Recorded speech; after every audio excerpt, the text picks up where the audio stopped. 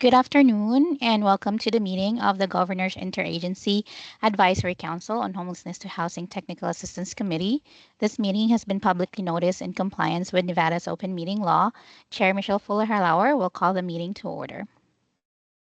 Good afternoon. It is 1:03 on January 20th, 2026. I would like to call the meeting of the Nevada Interagency Council on Homelessness to Housing Technical Assistance Committee to order. Abigail, would you please call roll?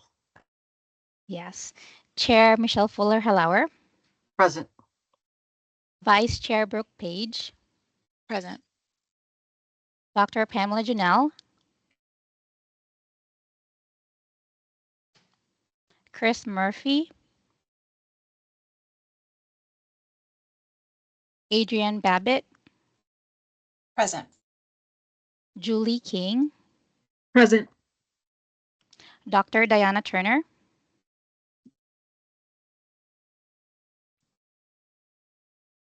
Present, sorry. Dr. Katrina Grigsby Thedford.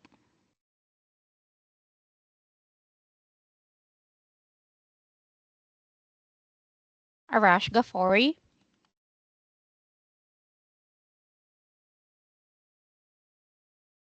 I'm sorry, you're on mute, Arash. We can't hear you. My apologies. I am present and here. Thank you. Ms. Chair, we have quorum. Thank you. We will move on to agenda item number 2, which is public comment. No action may be taken upon a matter raised until the matter is specifically added to the agenda. Comments are limited to 3 minutes. If you are making public comment via phone, we ask that you call 1-775-321-6111. The ID number is 731-029-308#. We're now open for public comment.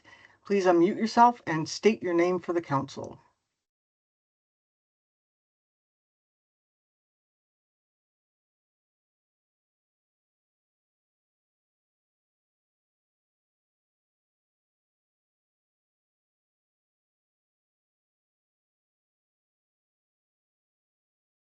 Any public comment?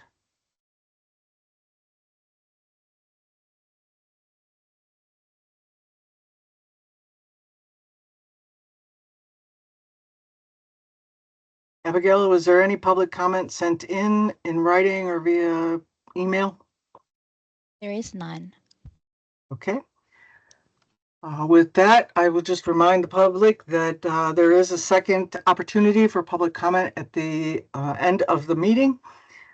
So with that, we will close this agenda item and we will move on to agenda item number 3 for possible action, discussion, and possible approval of minutes from the December 16th, 2025 Interagency Advisory Council on Homelessness to Housing Technical Assistance Committee meeting. You all should have received a copy of the minutes in the appointment invite in your calendar for your perusal. I will entertain any discussion or edits that need to be made to those minutes. And if there are none, I will entertain a motion for approval.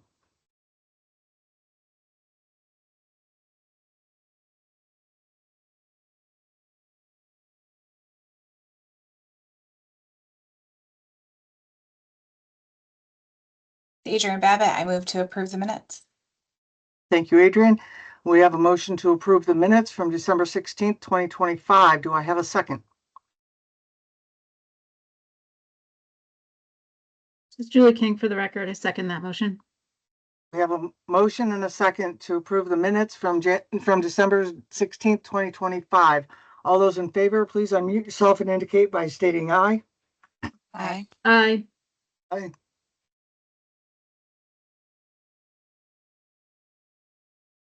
Any opposed? Please unmute yourself and indicate by saying nay. Any abstentions? Motion carries. We'll close agenda item number 3. Agenda item number 4 for possible action, discussion and possible vote around the definition of the scoring criteria and letter of interest for recruitment.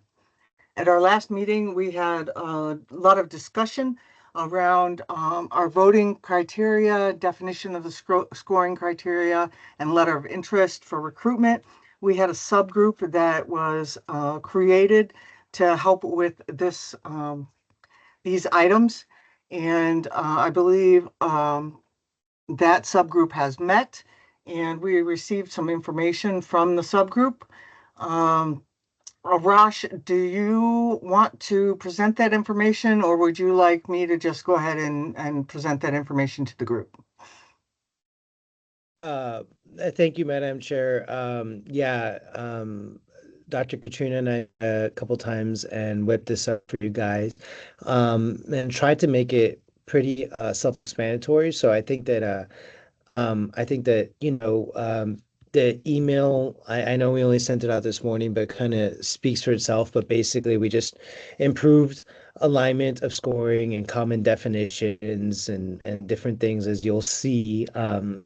We broke apart homelessness experience versus other types of experience, made lived experience binary, try to clean up the actual scores from 1 to 5 to be a little more consistent with each other or specific to what the question is seeking. For example, geographical representation has a different reason to be 1 to 5 than homelessness experience, right? Homelessness sector, I should say, experience. So we did that. Also made some adjustments to the LOI to make it follow the scoring criteria more so we can get more information out that we could use. And then I see that the next topic item is kind of what we pointed to is that we presented to you guys an updated scoring matrix and LOI components that could be added to a new draft of the LOI instructions that go out to the potential candidates. And next steps being thinking about, besides score, thinking about the composition of the group overall. And since I'm the new kid on the block, I would definitely defer to others for that one. But that is what Katrina and I did, and happy to take any questions or explain any thoughts or have any suggestions, etc. And since Katrina is not here, I will carefully take note of those and make sure that she gets on top of all of it. Thank you, Thanks, Arash. Ken. You're welcome. Any questions, comments, concerns from the committee?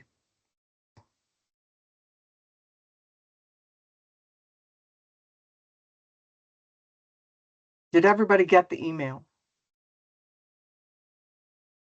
This is Adrian. I received the email, but did not have a chance to review the content yet. This is Dayana Bissay. Brooke, did I see your hand go up? I was just confirming I received the email. You did not receive the email? No, that I did. I did receive the email. Okay, you did. Okay.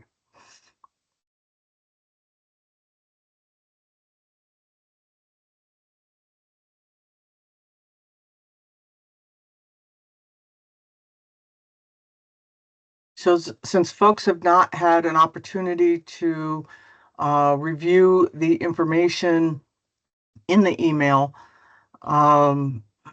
we have 2 courses of action. We can either take the time here now to literally go through all of the components of the recommended scoring criteria that are being put forth by the ad hoc subcommittee, or we can table this, any vote on this item till our next meeting. Julie King for the record. Could we see what is left on the agenda? I'm wondering if we would have sufficient time to take a look at everything and discuss it during this meeting.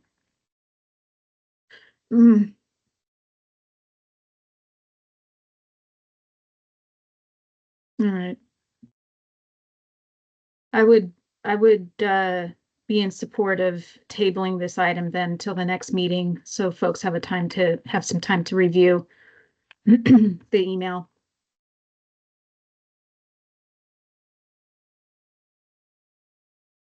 Thank you, Julie. Any other thoughts or ideas, suggestions? This is Adrienne. Would we be utilizing this new scoring matrix for the new letters of interest that we received, like the applications for this group with this new criteria? Because if that's a yes, then I would not want to delay. If I recall correctly from our meeting last month, we had discussed that the applicants that are before us currently, Joanna Grant and Bevelyn Grant, that since the recruitment was done under the old scoring criteria, that it was not fair to change the scoring criteria in the midst of reviewing their applications. Since we had asked for their letters and information with the old scoring criteria in place. Thank you for refreshing. That being said, I think tabling it, reviewing, and coming back to it next meeting is a good course of action. Just to get a kind of a temperature, is anybody opposed to doing that, to tabling this item?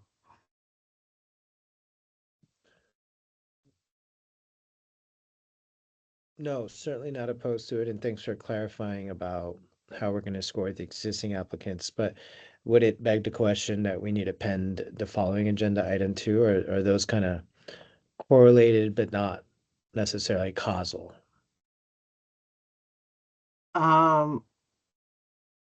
The following item being the establishing the size of the.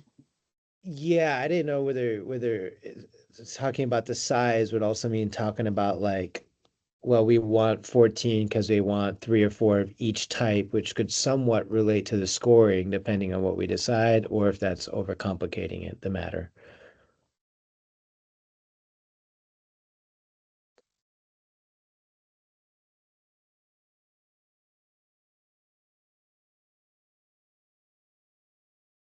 I don't know the answer to that. Neither do I.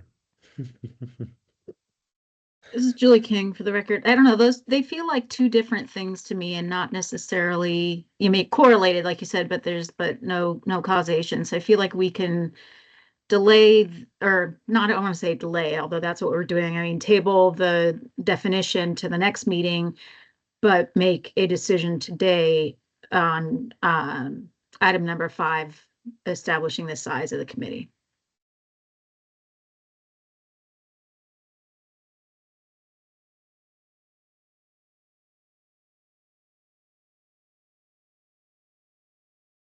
Okay. So unless I'm hearing any opposition, I think what I am hearing is that folks will feel more comfortable if we tabled a vote for the definition for item number 4, the definition of scoring criteria and letters of interest until next month, giving us an opportunity to review the materials that were sent to us just prior to this meeting. So with that, we will go ahead and table that item to be put on our next meeting for vote. Please make sure you review those items so that we can have a good discussion and vote on and make any adjustments, corrections, whatever, and vote on those items so that we can move forward at next month's meeting on the new scoring criteria for any potential new members.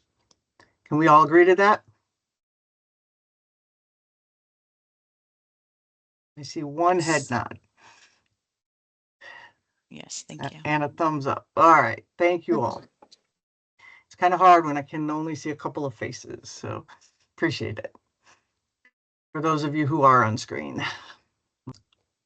Okay. So let's close agenda item number 4 and move on to agenda item number 5 for possible action. Discussion and possible vote around reestablishing the size of the ICHH Technical Assistance Committee. Currently, our committee is 11.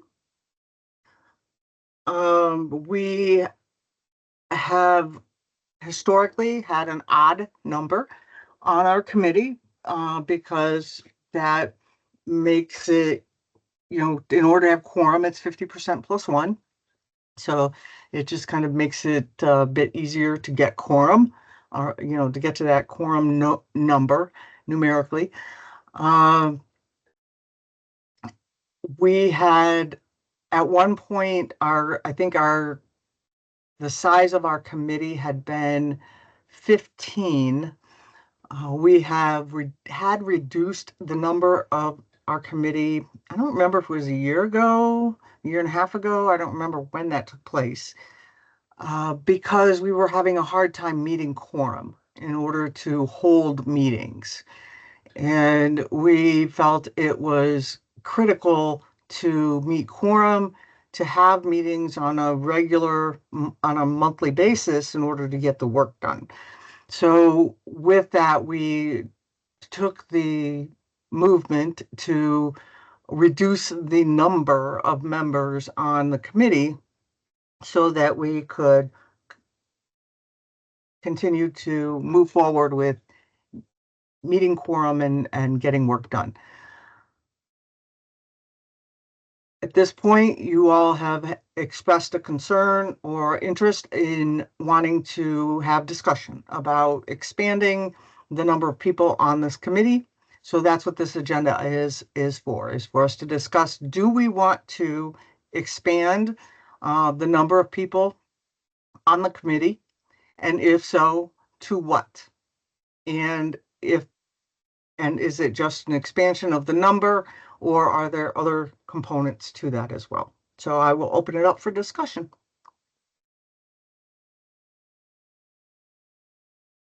This is Adrienne. For me, I think that, having the right people on this group that are going to participate, that are going to show up, is really important. And I think when we, reduced the size, it was because we did not have very many of us that were showing up regularly. And so I think, making it 11 so that reliably, 6 of us were showing up. As I think we've done outreach and new interest has been coming, I think that it's time to look at, we have 2 really strong applicants that want to join this committee, but only 1 slot open. And so for me, I would be in favor of, increasing the size to accommodate both of our new applicants, understanding that the spirit is that they, are going to show up and participate. So that's where I'm at. If we have people that want to show up and do this work with us monthly, then I'm inclined to make it so. Brooke? Thank you, Chair. Thank you, Adrienne, for your comments. And I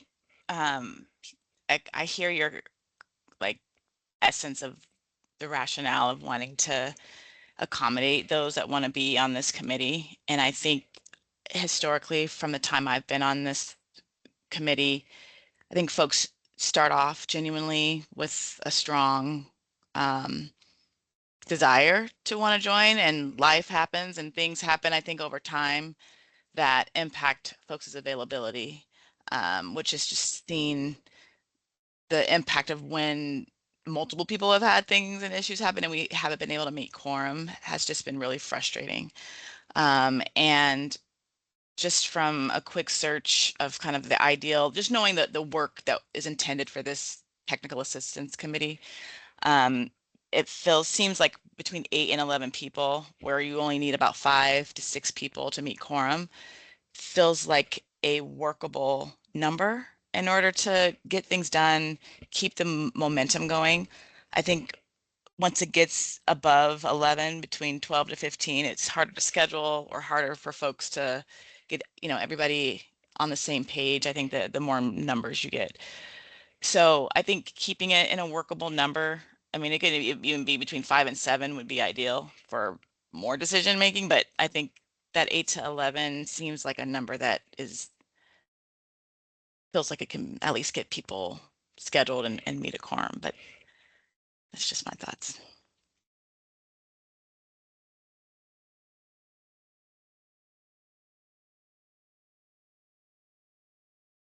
Dr. Turner?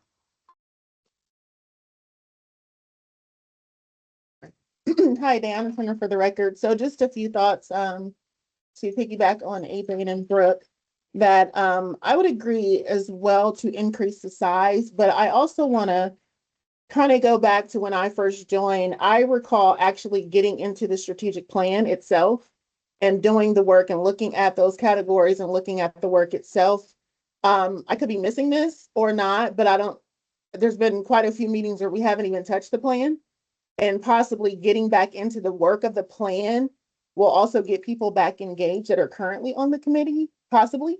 Just a thought, maybe not. I know we spent quite a few meetings kind of determining some foundational things like Arash and Dr. Katrina has worked on. I'm looking at like their document now, giving some really good structure that we can possibly implement going forward. I think if we just kind of shift back to the focus of this in terms of our strategic plan and having more focus around that document and getting our current members engaged, maybe we'll find out we don't need to increase. However, because we do have 2 individuals that have submitted for, participation on the committee, that we should take a look at that and possibly consider increasing for that purpose. But I heard a few comments from Adrian and Brooke, like that we have the people, and it's about getting people to be involved and be engaged and to attend the meeting. And when I think of the purpose of this committee specifically, we are to be looking at this strategic plan. Maybe we should go back section by, that's a whole nother conversation. But I don't know if just getting back into the purpose or the work of what we're supposed to be doing will engage the current members to be more active. And I'm not sure. Again, I'm new again as well. So this could have been something before where you guys were engaged in the plan and people still weren't joining, people still weren't showing up. So just my thought, I would be okay with increasing it, specifically for the 2 people that have been waiting, have applied, went through the steps, right? And then, but we also shift the focus of our committee back to that original purpose, to start looking at that plan, and then maybe from there, seeing who's engaged, who's participating, and does that then inform, us needing to increase it again, or should we decrease, right? I don't know, but that's just my thought. Arash? Yeah, and thank you, Dr. Turner. I really appreciate and those comments resonate with me too. Since I'm so new to the group, I can't really speak to history and evidence of purpose and things like that, so I can't really speak to that. But what I can say is that we'll always possibly be in a situation where we have 1 or 2 shiny new objects, and I mean that with all the respect in the world, where we increase the group size and then we have an amazing XYZ new person come on. And then we're either going to have to increase the group size again or evaluate the composition of the group. So I guess my question is, has this group, besides thinking about size, kind of like Brooke's point too,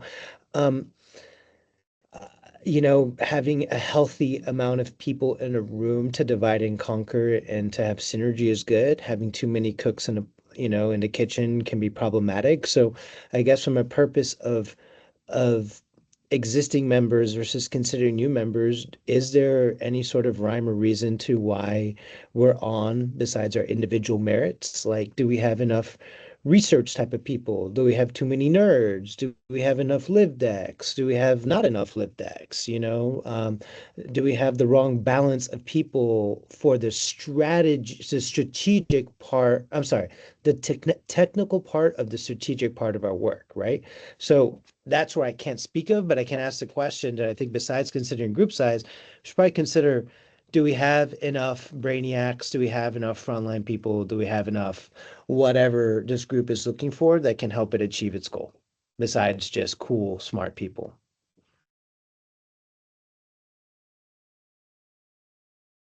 So that didn't really help solve anything, but just a question.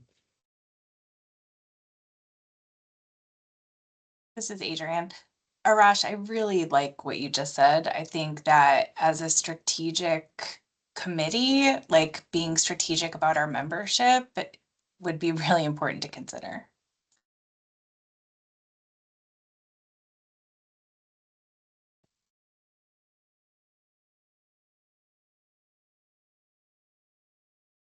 This is Brooke for the record. I think then that also then goes back to the scoring criteria, because if we need to sort of want to think broadly about the makeup composition of what we need, are we scoring then based on that logic, or would it need to be considered in terms of ensuring that we aren't overrepresented in certain areas?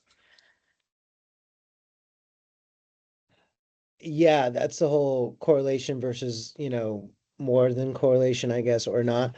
And Dr. Katrina and I did not game out the suggestions on what to do next. We're thinking that there's two ways. We could go back and reevaluate the scoring thing, or we don't want to overcomplicate the scoring matrix either, where you try to put everything into it. Something that could be, because I'm not sure because I'm not running this group or reporting back to the major overall group. I'm not sure if the purposes of this group changes. So I don't know whether you want to define a scoring matrix, have a good LOI, and then internally every, quarter or once a year, you kind of say, hey, the composition of this group needs to be X, and the group together can figure out what those compositions are, and then kind of do a check and be like, hey, these two candidates are great, but they're both in a brainiac category, and we already have enough brainiacs. So even though they scored perfectly, we should probably reject them and keep our options open for future. So that's how we thought we could use those tools together without over encumbering one tool to the point where it's biased, because I don't know. So that's just a couple cents either way in terms of how we could approach that. But because it could be as easy as saying, the group seeks to not be, the group seeks to have at least, these 6 type of things. They could be subject matter. They could be we could look at the scoring criteria and say we want a couple 5s in each category. We want a couple 2s in each category. So you want people who've been around for a while, some people that are newer. I don't know, but that could help us say, okay, then we should probably be seeking about 11 because we need at least 2 of these plus 1 of those. I'm not sure, but we could either separate it, make a little list, or incorporate it into the scoring matrix formally in some other way. But if you keep it separate, then you can adjust one without having it mess with the other, kind of.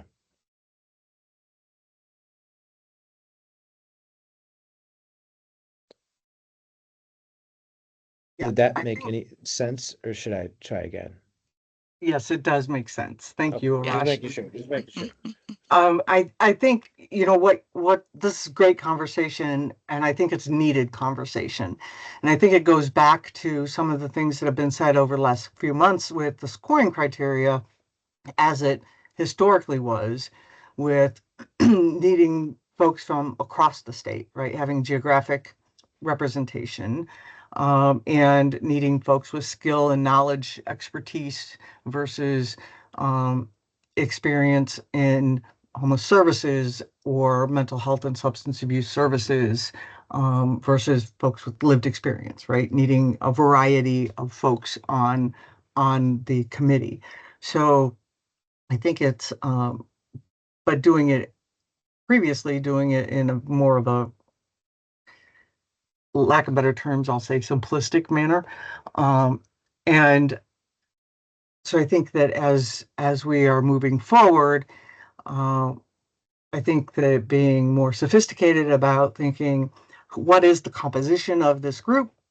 How do we get to that composition of the group? Because now that we're having more people interested, rather than being voluntold to be on the group, and that we have great candidates coming forward to be on the group. I think that we can be more selective, right? And we can really identify who are the best candidates coming forward to sit on the group, and what are the true skill sets and experiences that we need to have in the makeup of this group. So I think it's time for us to become a bit more sophisticated on identifying, who do we really need to do the work. I think the other thing that I heard is a questioning of, what are we supposed to be doing? And let's get back to the bones of what we're supposed to be doing.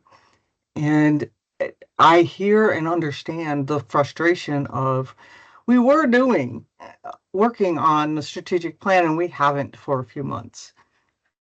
I hear that and I agree with that frustration.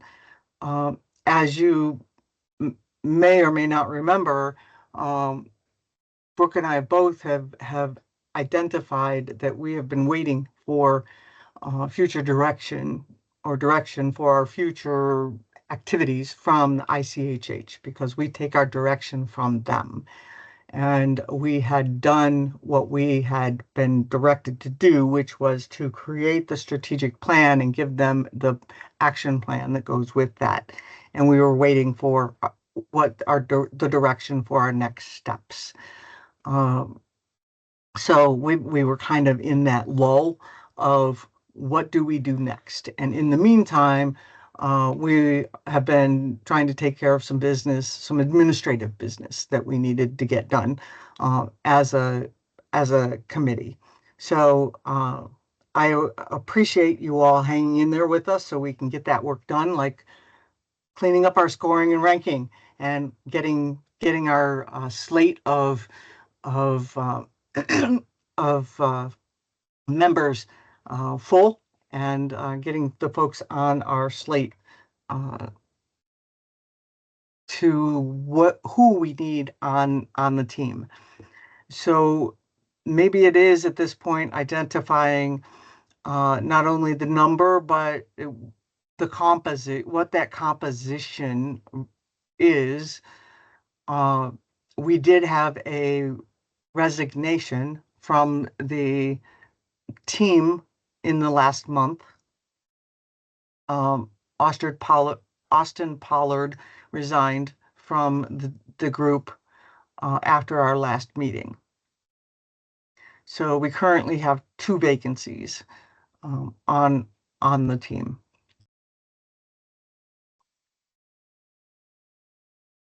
Well, thank you, Michelle. This is Brooke for the record. You might have wanted to start with that, because this could probably be a moot point.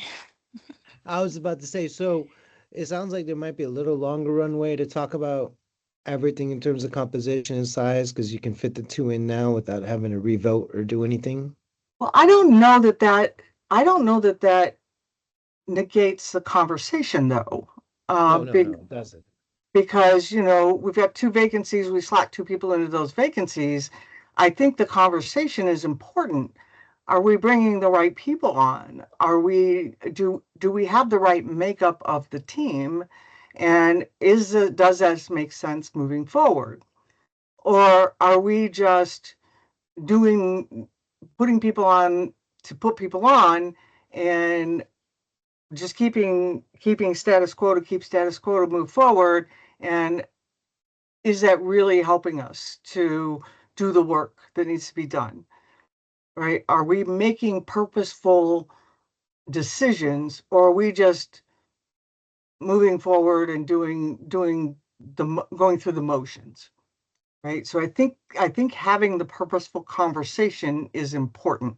And that's why I didn't say start off with that, with telling you about the vacancy, because I think the conversation is important. Adrian?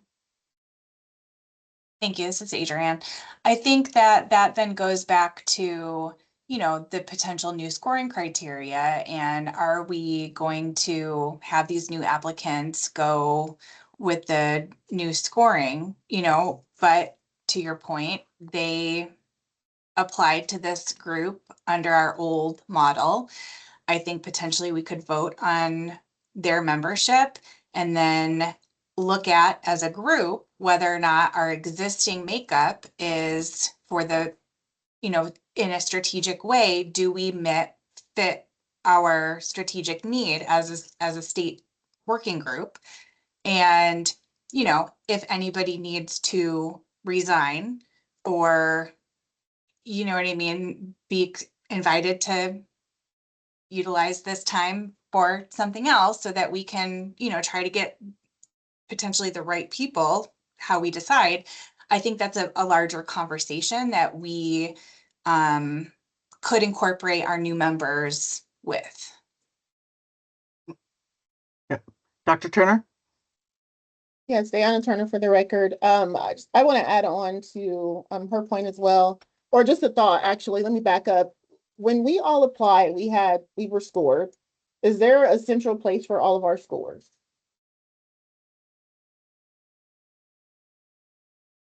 I don't know. Abigail, do you know the answer to that question? All of the scores that we receive and were discussed during the meetings, we posted to the public website, so you should be able to see it. But is there a Like, centralized place, like where all the scores are like compiled in like one big spreadsheet or something? And so that is on the there's, website. Okay. Oh, sorry. I'm sorry, go ahead. No, my question was going to be, so that aggregate report is on the website, or you're saying like the individual scoring? Just the individual scoring. Okay. So reason I'm asking is my thought is to, if we're going back to just a thought on the conversation we had around looking at what we currently have. So looking at all of our scores in an aggregate format, maybe seeing, you know, for myself, for example, if I had 0 for lived experience, but I'm a 5 in this category, is, you know, and then maybe someone else is a 5 in lived experience and a 5 in another category. What I'm, I guess, trying to get at is that if we have majority of our members and we are high in certain areas, maybe we look at that aggregate information and see, well, we don't have a lot of people that have experience, lived experience, right? So when we go to recruit or when we go to do outreach, that can inform, you know, our outreach to say we need to only recruit people who have more lived experience, right? It's not to, you know, not include anyone, but if we look at what we currently have and kind of take that and our current members and, you know, if whatever that pans out to be in an aggregate format and maybe look at the areas where it's lacking and say, so as we go forward, any new members would need to be in, you know, have strong experience in this area or, you know, something like that, just to piggyback on kind of what everyone's kind of been saying in terms of just being more strategic.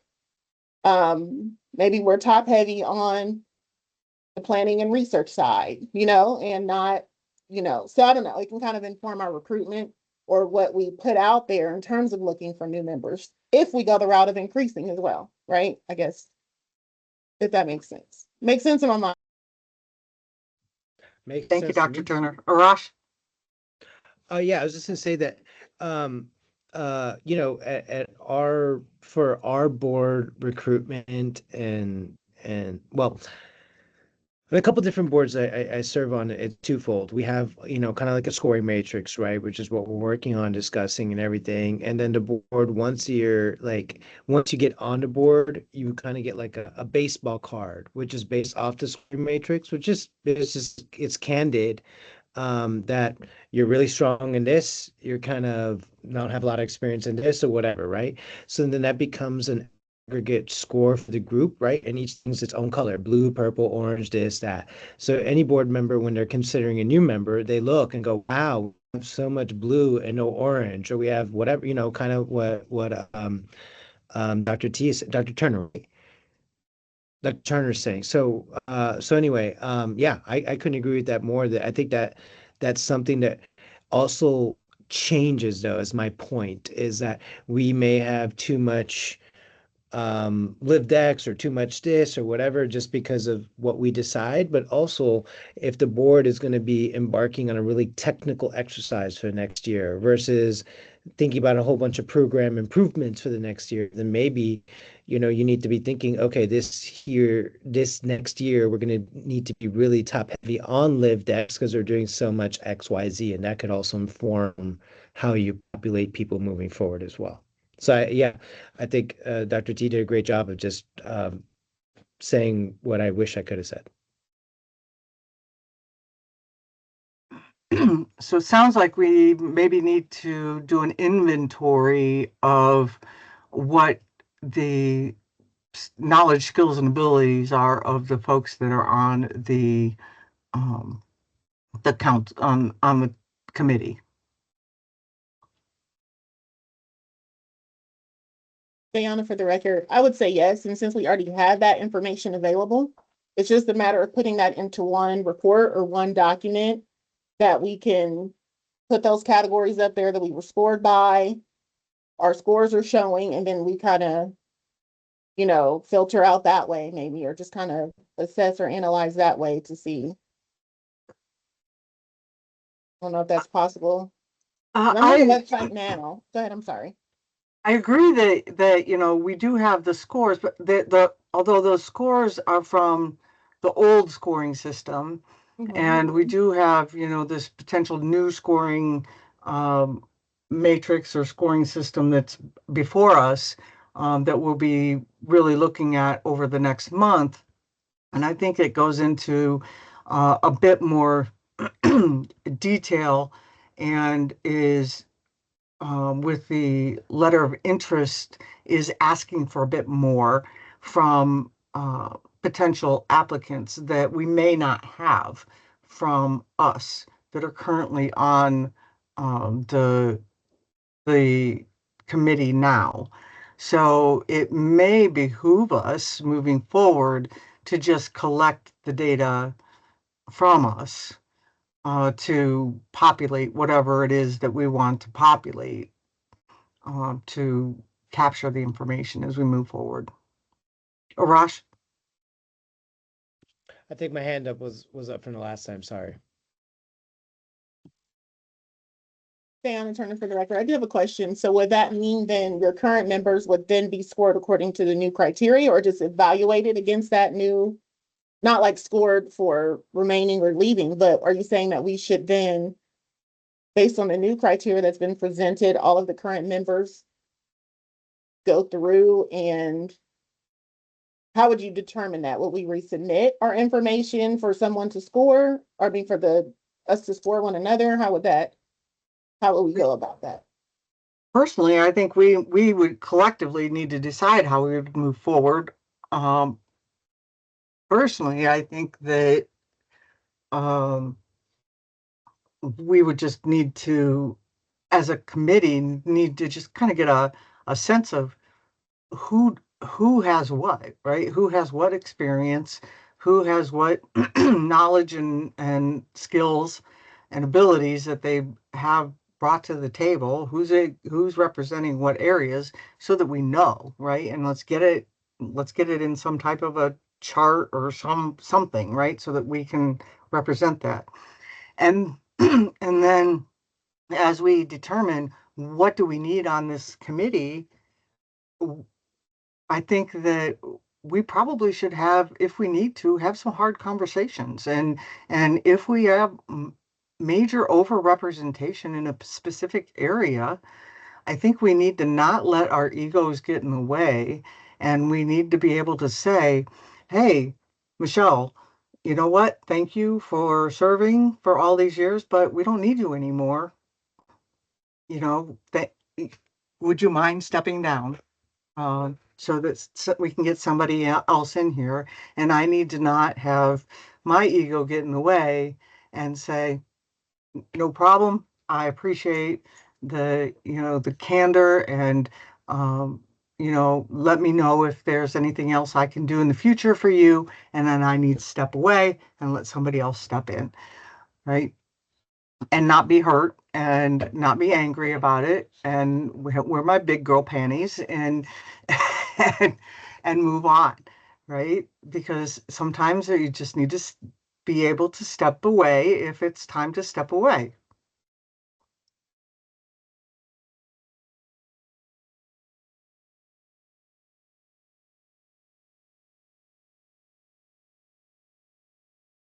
Now, you all may feel differently, and that's okay. We can have that conversation.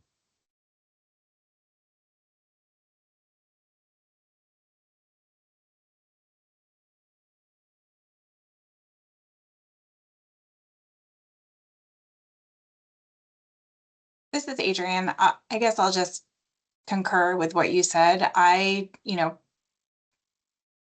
only speak for me. I joined this group because I wanted to make a difference. I wanted to work on, ending homelessness. I wanted to be a part of a state strategic plan. If I am not the right person because I don't have strong policy background or data analytics or whatever it is, I will happily step aside to move this work forward. And so that is just me, my personal commitment. Whatever it takes, even if it's stepping aside for someone else to do it.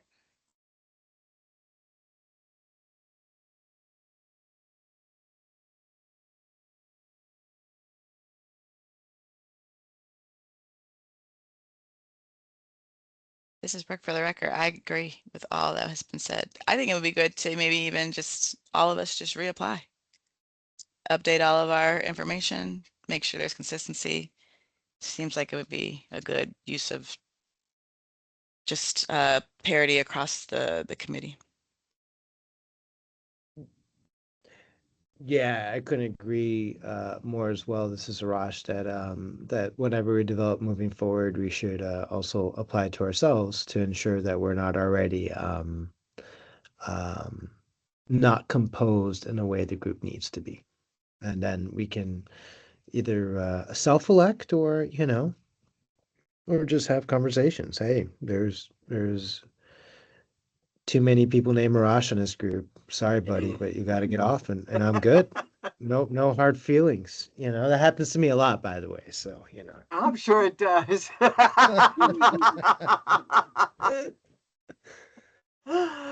Dr. Turner. Yes, Diana Turner for the record. So I have a question with that. And I like the idea, and I think we should just all start over, I guess, in a sense.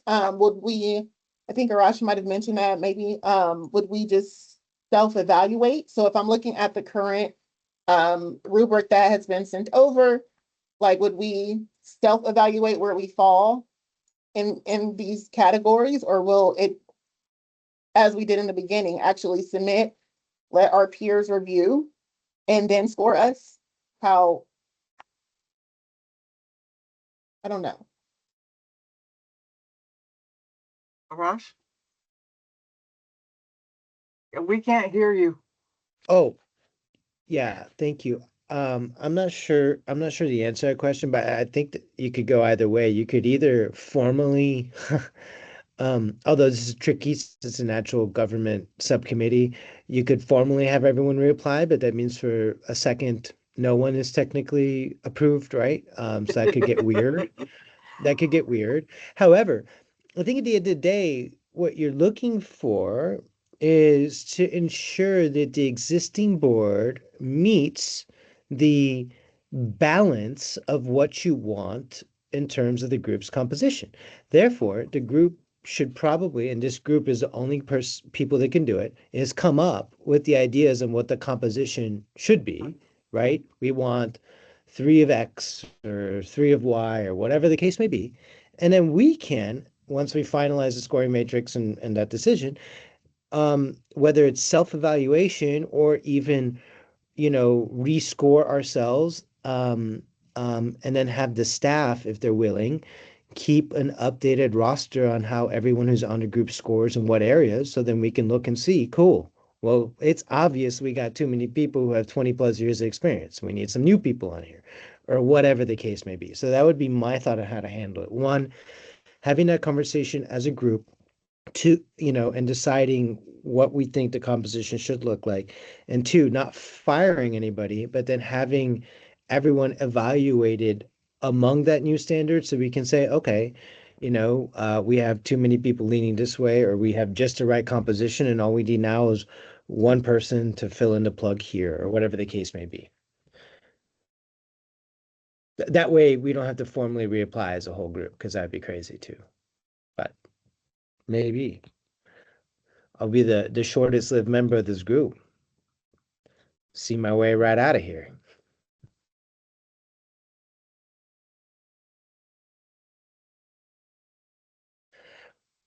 But if you'll excuse me, I'll be back in 2-3 minutes.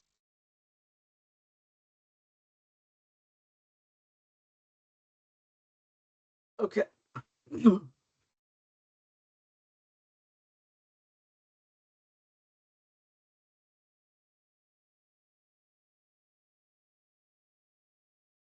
So before us, we have we've been talking about size and composition of the group. And then we've talked about potentially doing a reevaluation of everybody in the group. And then we can potentially, once we've evaluated everybody in the group, we can determine if we have a overrepresentation or underrepresentation in the group composition. That's what I think I've heard from this conversation. Is that accurate? I would agree. That sounds right to me. Brooke, for the record, it sounds like the work group might need to reconvene and provide some recommendations. If there's this idea of needing to assess the composition recommendations. Yeah, I think Arash just stepped away. I wonder if they had done any potential conversation around that.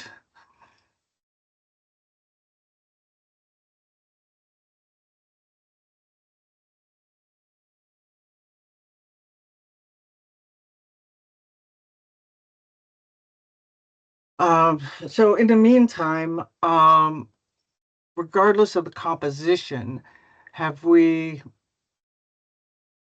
make a decision on the size, or is that determined by the composition?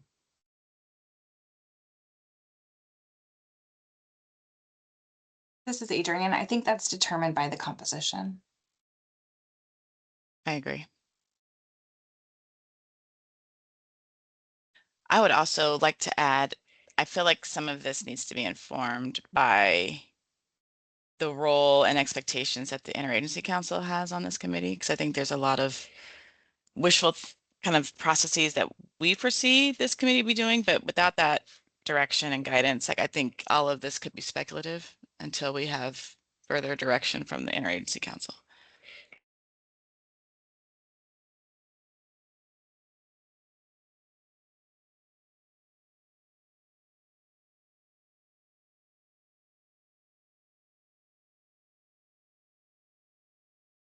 This is Adrienne. Have those meetings been scheduled for this new calendar year?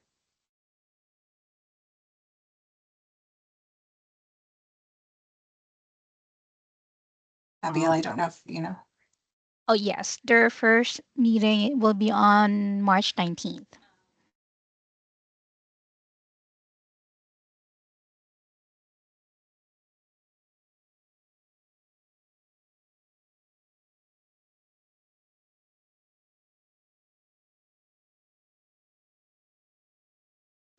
Welcome back, Rush. I think while you had stepped away, we assigned you all some more action items. Oh, that's funny. That's why I volunteered first. And you know, I can only make a cup of coffee that's okay. So you don't want me making too much coffee. Actually, Arash, the request came up asking if is the subgroup that did the scoring, if that group would be able to make some recommendations on the composition of the group. Because the thought was that the composition of the group might help drive the thought around the size of the group. Yeah, absolutely. Figured that might come up. Is Dr. Katrina on the call?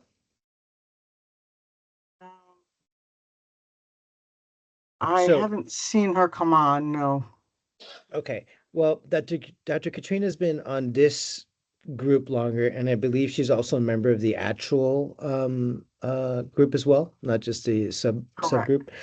Um, Therefore, I on my own would not be the best suited for that simply because I don't have the experience or depth or connection yet. I haven't been in enough meetings just to observe it myself. So I could contribute to that, but I would need some uh, assistance from Dr. Katrina, and I don't know if I can commit her or not. But in theory, we can, but I'm just telling you what my limitations will be. It's 2:00. Sorry if you guys heard that. That's the closest thing I have to an EA. My computer every half hour blurts the timeout no matter what I'm doing.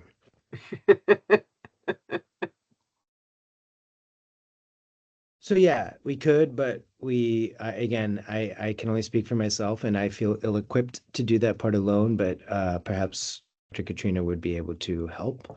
And if not, maybe I guess, Madam Chair, maybe the three of us could have a 20-minute conversation. From your vantage point, you could give us a couple things and that could help start the conversation, because everything we did so far, I think, was reasonable, like where we didn't bring in a lot of assumptions, just kind of cleaned everything up and, just made things talk to each other better. But I think here we'd be making some assumptions, Yeah.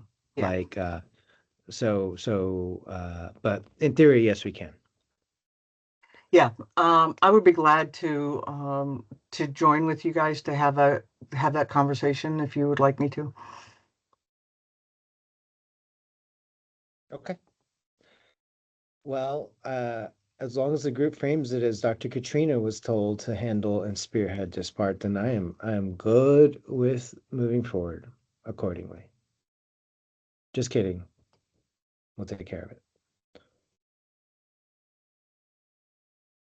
Okay, so it sounds to me like with this item, after much discussion, that we will table the vote until we hear back from the, hopefully to be picked up by the ad hoc committee from that did the scoring and ranking, or the scoring tool and rationale, that subcommittee would look at the composition of the group and give us recommendations for composition and size for our next meeting. Is that an accurate? When is the next meeting, Madam Chair? Or Our next meeting will be February 17th. Okay. I'm so sorry. I have another commitment and I have to leave early today. Okay. So size and composition. Yes. Got it.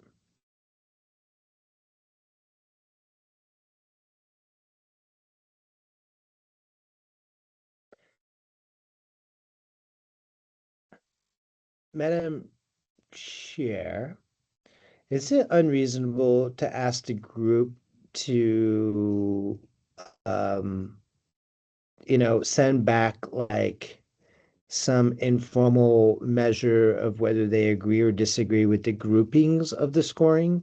Because, you know, if everything is subjective to being discussed at the same time, it's going to kind of be hard to peg everything off one another. So, if we're going to start talking about composition, we need to sort of get a little, even we could do it right now, just get a little 1 second gut check.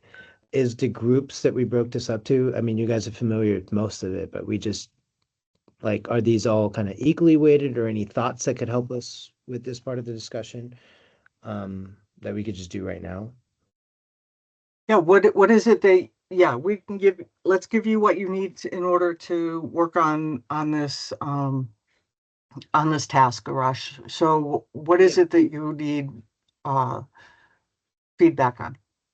Okay, yeah, okay. Specifically then, with the email, you guys got a proposed scoring matrix, and I guess the question is, do you guys uh agree that this is, I forget the amount, whether it's 6 different points of scoring or whatever, but that this is an appropriate amount, and they that they should all be equally weighted, both as different scores and within the score, meaning, for example, we have homelessness services experience, and we have all the way from volunteer to like 20+ year experience. That doesn't mean that the group always wants to score high, so we would probably suggest that you want to have a balance of someone that's newer to the field and someone that may be a veteran to the field. So does everyone think that these 6 or so scoring subjects are good and that they should be approximately equal among each other? Is the first question. And then the second question is, do any of these have any more weight, or do you think any should? So if I'm understanding correctly, you want to know if each of the individual scoring criteria is separate but equal. Yeah, approximately. Yeah, basically, yes. Okay. Brooke? Thank you, Chair. I was curious, Arash, if we have the composition question at the same time of having the scoring question, if that would sort of resolve this like tension, I think, that I'm feeling, because if we want so many people on the committee that have minimal experience or are newer to the field versus some, in the makeup, we currently already have experienced novice folks or experts on the committee, wouldn't that sort of inform then how we would score them if we know that, okay, this is our gap and we need folks that have these deficits on the committee? So committee, go forth and score new applicants. And in the event that the criteria allows for us to meet the gaps that we have, then I feel like it would sort of address this concern of, one, we would then have the makeup that we need and a tool that's nimble enough that gives us the flexibility to score candidates based on what we need.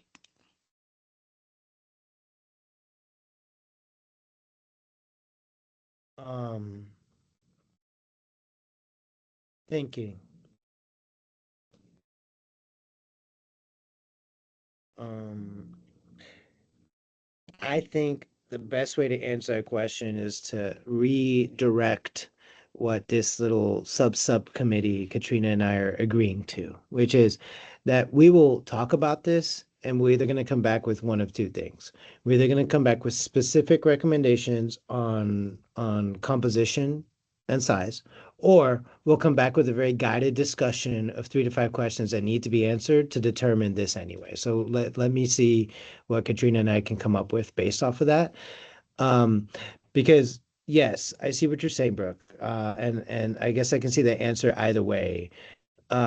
You could do it, or one informs the other, or you could have them totally unrelated. And because the way we designed a scoring matrix was not to assume bias if you happen to just score a bunch of fives. So scoring a bunch of fives isn't the ideal. And I think even in the LOI, once you guys review it, we put a little disclaimer in there that said the point of this thing is not to score high. The point of this thing is to tell us where you fit into the equation so we can make the best decision on the balance. And I know the group is discussing what the balance needs to be.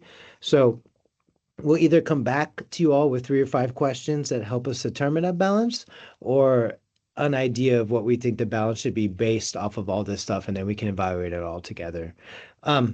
Yeah, sorry, I didn't mean to derail the group. I was just a little nervous that next time everything's going to be presented in theory. So if one part changes, it could change every other part, but we'll deal with that when we get there.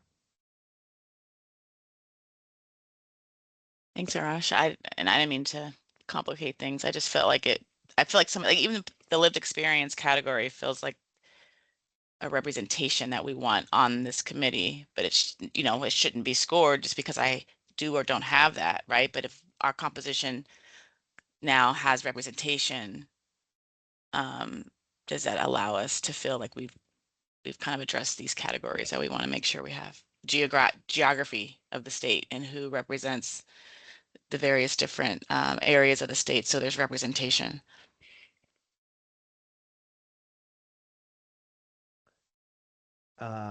Yeah, those are all really good points. So I think Dr. Katrina and I are going to have to discuss some of those things so we can bring back to you what we think. I think the state one's kind of pretty easy, right? You want to have some people that are super experts in their area specifically, and if we're missing an area, equally as important, but also having someone who's worked in several areas and know how to put all the glues together is good, so we can figure that one out. Lived experience is a little more nuanced and complicated, that gets into other problems boards have when they're considering skills versus backgrounds, demographics, different things, and how to kind of weight and score and consider all those things in an equitable and transparent sort of way. So, yeah. But luckily, Dr. Katrina is a lived expert. And not just because of her own experience, just that's part of what she does. So she'll be able to help us kind of make some recommendations on how we should think about that in terms of composition or balance, et cetera. Awesome. Thank you.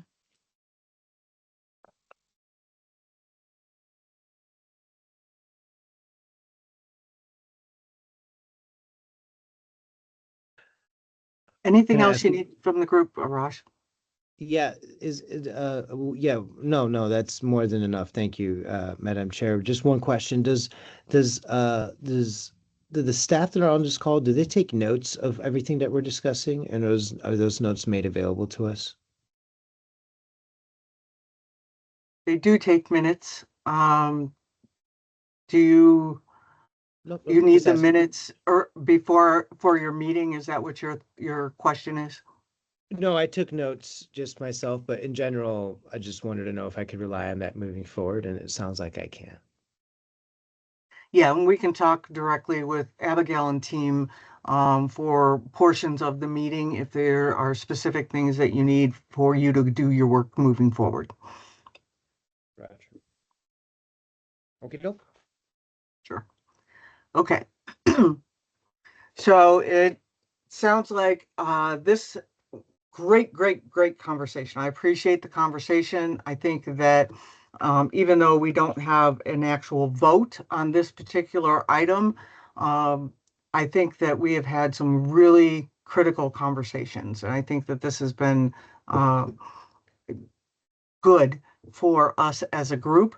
And I think that with the work that subcommittee will do, we'll have some good movement going forward. Arash, do you think you guys is it just you and Dr. Katrina?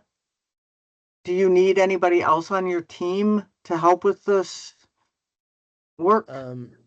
That's why I was saying I wasn't sure if we'd come back with questions or come back with a more specific recommendation, or maybe have to email the group saying, we've hit a wall, fill out this survey, and then this will help us. Just not exactly sure without talking to Dr. Katrina.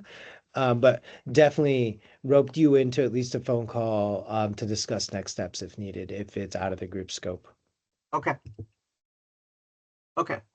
All right, so with that, we will go ahead and close this agenda item, and we will move on to agenda item number, was that agenda item number 5? So we will move on to agenda item number 6 for possible action. Discuss and possible vote on the new applications for to join the ICHHTA committee. So as we know, and as have been discussing, we have 2 applicants that have come before us. Ms. Joanna Grant and Ms. Bevelyn Grant. I do not know if they are related or not. We had sent those applications back out for to gather scores from some additional folks because we were missing some scores from our last meeting, and scores have been compiled. We have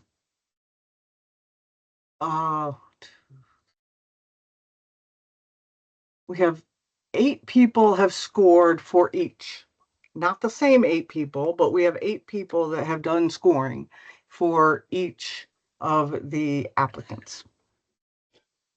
So there's equity as far as the number of committee members that have scored those applicants. So I think at this point we can have some discussion on whether we what we want to do regarding voting. We do currently have 2 vacancies for our current slate. We have had great discussion previously about group size. We did not make a decision on whether we are going to expand the size of our group, but we do have 2 current vacancies, and we have not had any decisions made regarding any composition of the group. So at this point, we need to determine, are we going to vote to accept either one of the or both of the applications that are before us onto our committee? That is the task that is before us right now. So currently the scores that we have, I'm going to share my screen. Dr. Turner. No, sorry, Dana, for the record, I was just going to ask, did we get the aggregate scores? But I see them now. Sorry, I was just going to ask that. So here are the scores. This column O is the average score for each row. Because I didn't know if we wanted to do a comparison of, let's say, example of experience in homeless services, mental health, substance abuse by person to person. So, for example, both Ms. Grant, they're both Ms. Grants. Ms. Joanna and Ms. Bevelyn both have an average score of 4.625 in experience in homeless service, mental health, and substance abuse services. So I didn't know if those would make any difference to you all as we were thinking about the 2 applications. Chris. Could you, so I don't have to add it up, could you add the average scores for me, please?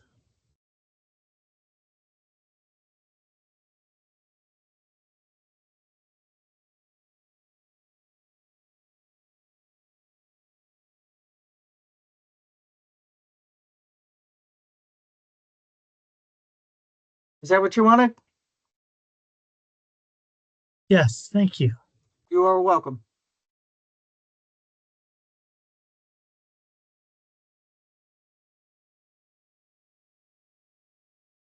I thought there was another hand. Dr. Turner. Yes, hi. This, I may have asked this before, I'm sorry. So when they're scoring like this, do you guys have a cut score? Like if they score below 100, it automatically there's like, it wouldn't even qualify. Do you have anything like that at all? No? Okay.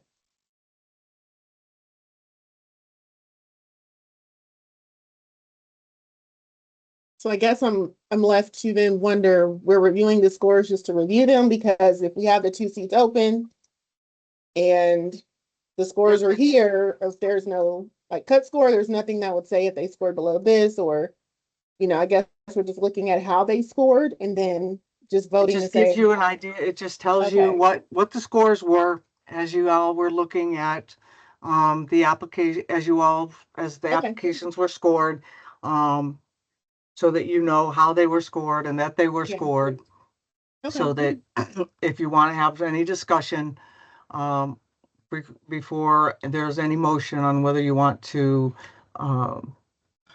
accept hmm, one person or over the other, or how you want to move forward. understood, okay. Arash. Are there term limits for being on this group? There are not. Okay. Doesn't mean we can't enact term limits, but there are not. Okay.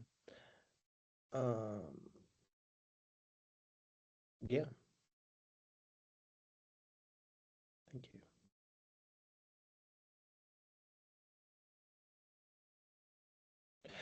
I guess maybe to simplify this thing, and to the point of the last comment, maybe the question the group should answer is, do you guys want to accept 2 candidacies or just 1? If the group limit is 11 and we currently have 2 vacancies. So if we fill them both up, then unless someone leaves or resigns, we can't accept any unless we change the group size. Or do we want to leave one open? Or what does everyone think about that? Because that can help us decide if we're deciding between candidates or just putting them both on and calling it a day for now. Unless I'm missing something, which I probably am. That's pretty much it. Okay.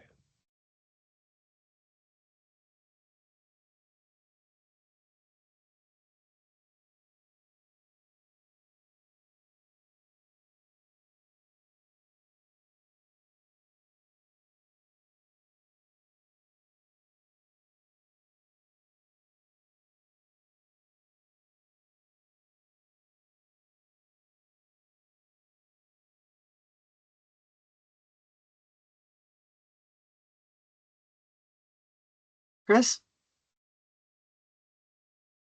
That's Chris for the record. In looking at the scores, the main difference to me was in homelessness experience.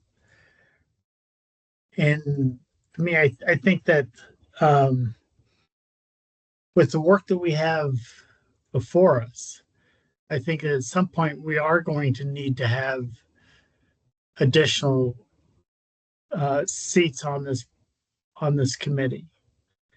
And so I don't think that there's a disadvantage in filling up both of them now. Presently, we're not having an issue with not being able to make quorum. And that was always our concern with having a larger committee in the past. But under our present participants, we're not having that issue. That's my only comment. Those are my comments. Thank you.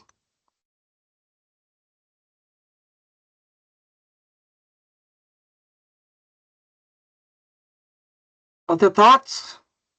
Comments?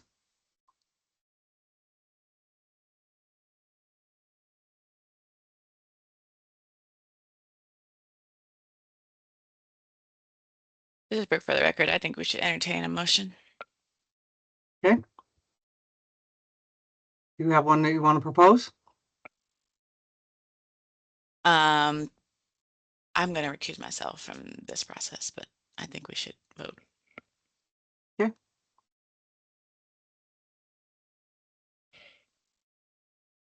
Julie King for the record. I move to approve both applicants for membership. We have a motion on the table to approve both applicants for for inclusion on the committee. Do I have a second? Chris, for the record, I'd second that. Arash, if you're talking, we can't hear you. Well, Chris got the honors then. Chris, okay, we have a motion and we have a second. All of those in favor, please unmute yourself and indicate by saying aye. Aye. Aye. Aye. Aye. Aye. Any opposed? Please unmute yourself and indicate by saying nay.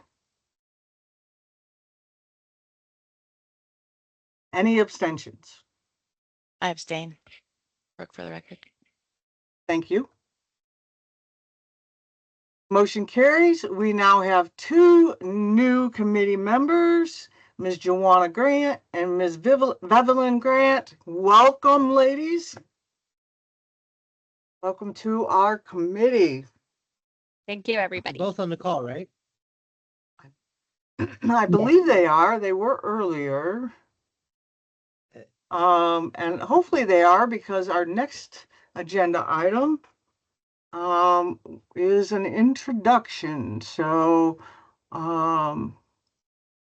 yes, I believe they are. So we will close this agenda item and we will move on to our next agenda item, which is for information. We will do an introduction of our new and continuing members of the ICHH Technical Assistance Committee.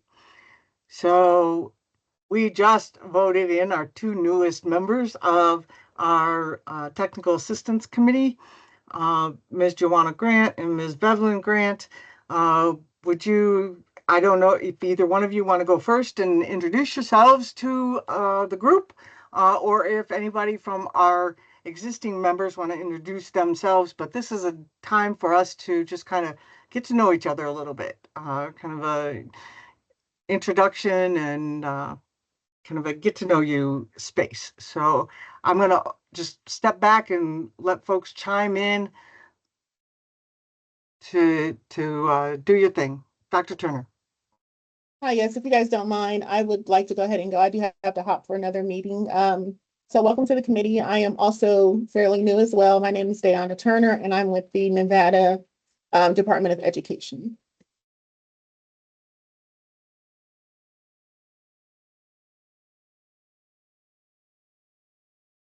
Welcome to the committee. This is Brooke Page. I'm on the committee for a while now, but I'm excited to welcome you both, and I'm with the Corporation for Supportive Housing.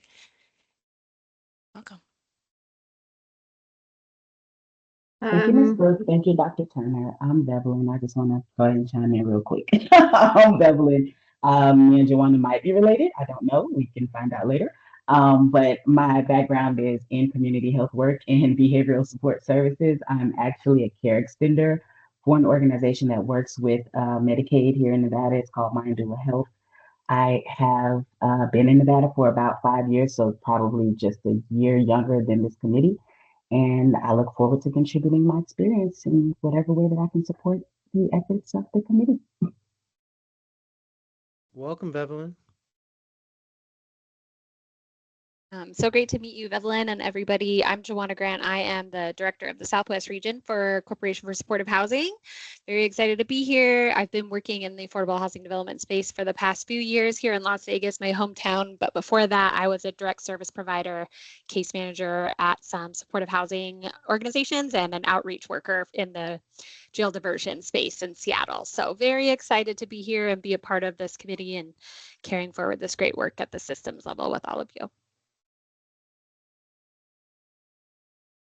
Welcome, Joanna, as well. Well, since you both are former committee members, my name is Arash Ghafouri, and I think this is my only second meeting, so I just got voted on a group. Not sure why, but you guys heard there's a lot of healthy discussion of scoring matrix, so we're going to get down at the bottom of these mysteries sooner than later. But yeah, I'm not sure what else to introduce, but yeah, I mean, I work in the youth homelessness space directly and contribute to both underground work at a programmatic level, and then also at a systems level as well. And that's both in partnership with great folks like you all, and in partnership with a lot of young people with lived experience who are leaders in their own right as well, helping us with systems analysis, tweaking, and impact. And I guess before anyone else goes, I guess I'll just say I'm just uh, wondering if part of these recommendations for scoring and whatever is that maybe we make the decisions prior to having the people join the group, because it's probably a little awkward for you guys, or maybe you guys enjoyed that part of the ride. I'm not sure.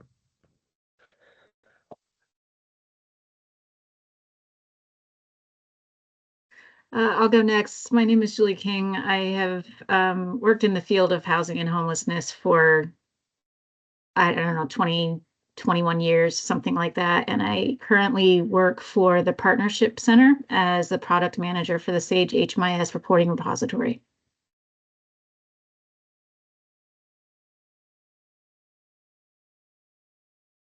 I'm Chris Murphy. I'm with New Frontier. We have provided homeless services here since 2004, and I don't know how long I've been on the committee, but we have residential and outpatient services. So my expertise, not only being part of the rural continuum of care, is on the behavioral health side of the house. Awesome. Okay. And I'm Michelle Fuller-Hallauer with Winged Wolf Innovations, and I am the current chair for this committee. I have about 38 years of experience in the human services field, and we're working in both in all in micro and macro services. I specialize in systems transformation, housing and homeless solutions, and organizational development. And my commitment really is to work in any way that I can with providers and agencies that serve people who need advocates or are in need of folks to assist them in being able to help themselves, right, in order to do better, be better. And so that's what we are for, to help create, we're catalysts for transformative and innovative change for individuals, agencies, and organizations and communities. So is there anybody who did not introduce themselves? It's on the committee. Okay. Joanna and Bevelyn, do you guys have any questions for us?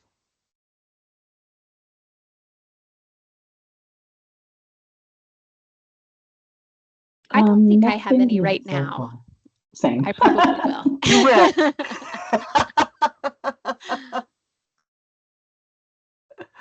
Well, welcome. We appreciate you. We welcome you to the group. And now you don't have to sit back quietly on your hands and not hitting the raise your hand button. Now you can actively participate in the meetings and the discussion. So we welcome your voice. Okay, so with that, we will close this agenda item and we will move on to agenda item number, where are we? Agenda item number 8. for possible action, discussion and possible vote regarding the current strategic plan and any revisions that need to be made. Follow up on outcome of the direction from the ICHH. And with that, I don't believe we've gotten any further direction from the ICHH, but I'm going to look to Brooke and Abigail or Carlia or anyone else on the team to see if we've gotten any further direction from the ICHH. We have not received anything aside from that direction that the TA committee will have to vote before the ICHH Council can vote to adopt. Thank you for that reminder, Abigail. Yes. We did get verbal direction from Chair Tim Robb that he would like us, he thinks that the ICHH would like us to review, make any revisions to the strategic plan and the action plan to tighten anything up, to make any corrections, revisions that need to be made, and then do a formal vote to accept and move all of that forward to the ICHH for formal adoption of the plan and action plan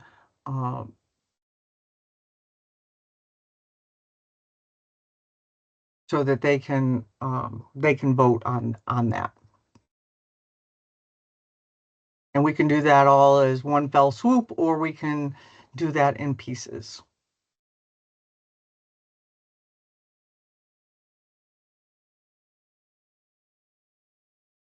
So I'll open it up for discussion. Brooke. Thank you, Chair. So we did have an ad hoc group committee that met to discuss some recommendations related to the strategic plan and the action plan. And Adrian was a part of that. We weren't able to get Chris on the meeting that we had scheduled, so apologize, Chris. But we did want to report back to you all in terms of what we are recommending be sent to ICHH in addition to the current action plan and strategic plan. So that's not like we're throwing out all of the important work that has happened from this committee to this point, but also want to sort of signal the importance of just getting them to think more strategically about the state's representation in the work. So I'll just share my screen really quickly, and we have kind of a memo to you all. And what this recommendation kind of stems from is, one, we've got the background of kind of what the purpose of the council is, and the fact that we developed a strategic plan that was adopted back in October of 2022. And subsequently, we've been working on an action plan since then. But what we recognized is that there's a gap. And the key issue identified by the working group was that the current strategic plan does not fully reflect, nor does it integrate the diverse homelessness related initiatives that are already underway within the state of Nevada's various different departments and agencies, right?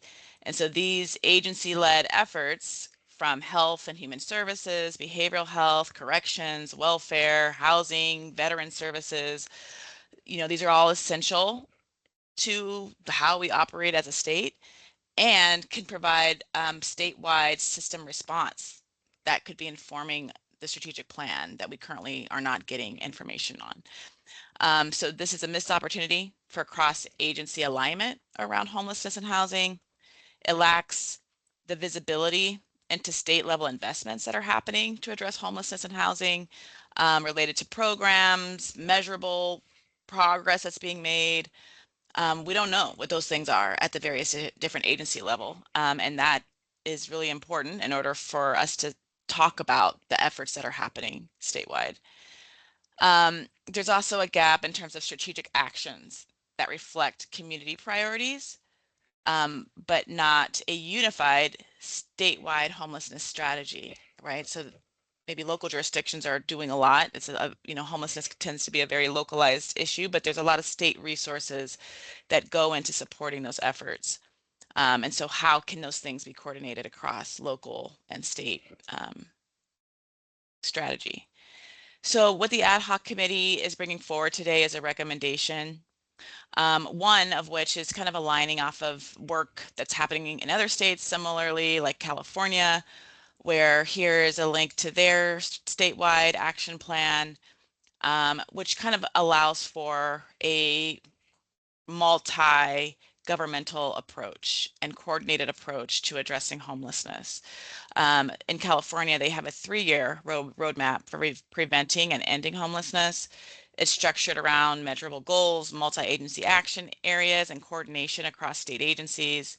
It's supported by annual progress reports and monitoring of activities, and it's anchored in an all government approach, right? So it's not just state agencies, but it's local jurisdictions that are also informing it. And this integrated model provides transparency, accountability, and a clear state level strategy that guides local partners. So what the committee is recommending is that we compile a recommendation with our presentation, ideally in March, that would recommend that the state shift to a state-centered plan framework for the next iteration of the strategic plan, which the current plan is a 5-year plan. And so we would recommend that the state consider starting to document the efforts that are happening statewide across agencies that are addressing homelessness and housing, behavioral health, reentry, prevention, and supportive services, and sort of allow for those agencies to provide presentations and updates to the Interagency Council, and use these state actions to then form the foundation of a future iteration of the plan. And so that way it'll ensure alignment with statewide priorities and investments. We're recommending that the committee convene these presentations from the various different state agencies, and then allow for those presentations for the staff of the Interagency Council to compile those reports and to kind of help inform what a future strategic plan could have. So if there's specific indicators that we would ask for the presentations to include, whether it be obviously what is the state agency that's currently doing that programming, are there any targets or metrics that they're using to measure what they're doing, any fund sources that support that the work that they're doing, any accountability components or metrics, if there's any equity frameworks or data that's disaggregated by demographics that can be used to kind of understand who they're serving, and then ensure that there's an opportunity for ongoing updates and progress reporting on those different topics related to their presentation around addressing homelessness and housing. And then at some point, once the statewide infrastructure is in place, expand it beyond the state and start including presentations from local counties, the continuums of care, and service providers to help inform and build upon a statewide action plan. And so here is kind of the language that we're proposing that the interagency, the TA work group provide a recommendation. And essentially it just says, we are summarizing this memo and recommend that the Interagency Council sort of take more of a statewide targeted approach to informing action plans moving forward. And then allowing for them to sort of use this structure to inform their strategic plan moving forward. And then what we may want to consider is just kind of then how do we interface with that? We have an action plan and a strategic plan that we currently have that we've made recommendations around. The challenges with, I think, the plan that we currently have is the lack of accountability and structure to sort of hold folks accountable to moving forward with the recommendations that we're making. If so, some of those things could live with the state agency. Some of those things may live outside of the state's responsibility. But having some sort of conversation around that is important. layering that with this type of structure provides for the state to have accountability and control over things that they're doing and that they have control over, and also, allowing for, other conversations to be had related to the current action plan that we have. So I'll stop sharing, stop talking, get folks' feedback and thoughts about that.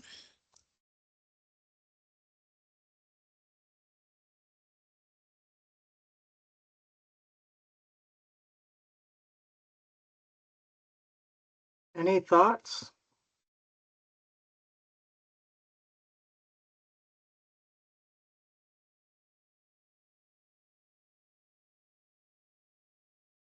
Look, I have a question, clarification question, I guess. First, I want to thank you, the subgroup, the ad hoc subgroup, for the work on that. I think that's very comprehensive, and I think is a great idea. I really appreciate all the thought and the considerations that went into not only the memo but the recommendation. So thank you for that. And I really like the idea of really going back to the state agencies and holding the state agencies accountable. I'm wondering, I know that you mentioned the COCs and the local counties and jurisdictions and the providers, but I'm wondering, you talked about the state agencies being accountable. I wonder how does that also, I'm trying to think of how to frame this. When we talked about the strategic plan and the action plan, right? We had also talked about that plan itself being able to kind of be peeled apart for each of the COCs as it makes sense, right? For each COC to take pieces of the action plan, and then have that be the action plan for the COC to utilize in their respective geographic area. Is that still something that could be utilized with this approach, or does that kind of throw that out the window and get rid of that concept? So I think this is something that we should just discuss and, make a recommendation around. I think this is not intended to supplant what has already been developed, but to sort of provide a path forward to gain information that's happening across the state agencies around what's happening to address homelessness. So, what we continue to do with the recommendations that we have discussed, and we want the Interagency Council to hopefully adopt and allow for work to happen on the action plan. I mean, I think we should still continue to advocate for those things. It just feels like this is a missing component that the state has agency around and authority to make decisions around, that we aren't necessarily capturing what's happening, and don't know necessarily what's happening to help even inform local jurisdiction work, because there could be duplication of effort, there could be gaps, and so to have something a bit more comprehensive while we're also addressing what's happening at the local jurisdiction level, I think would help, kind of create just a better picture of the work.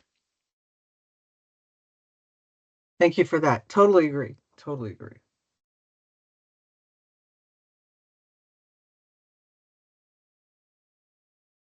Do other people have any thoughts, ideas, anything else they want to bring forward? Chris. Now, just for the record, I also participated in writing our current strategic plan. But when I sat down and I read California's strategic plan, and I went back through and reread ours, the thing that stood out the most to me, and I think that is what Brooke has tried to explain, is the California plan shows all the organizations working together in everything that they're doing across the state.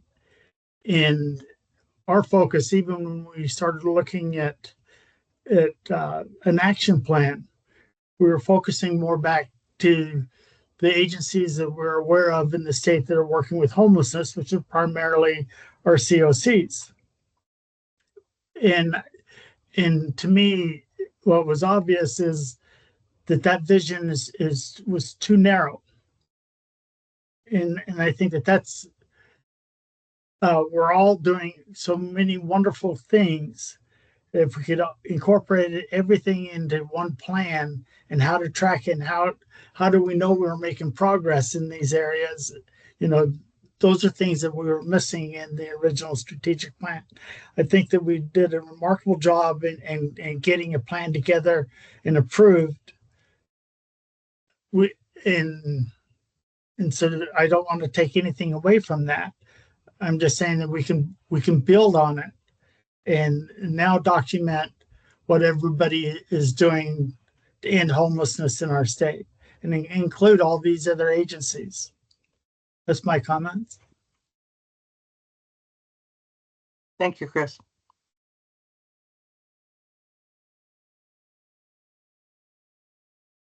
Other thoughts or comments?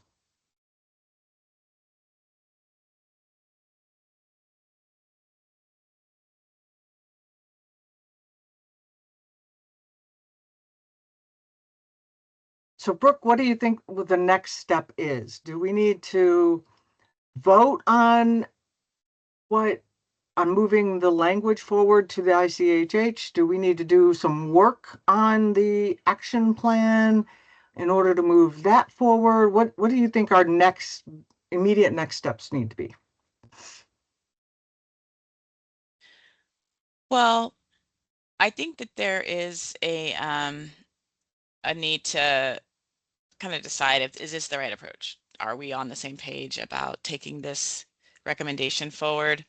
And then I think it is important for us, as recommended by ICHH, for us to ensure that the things that we're recommending in the action plan are still, the recommendations that we think are important to move forward.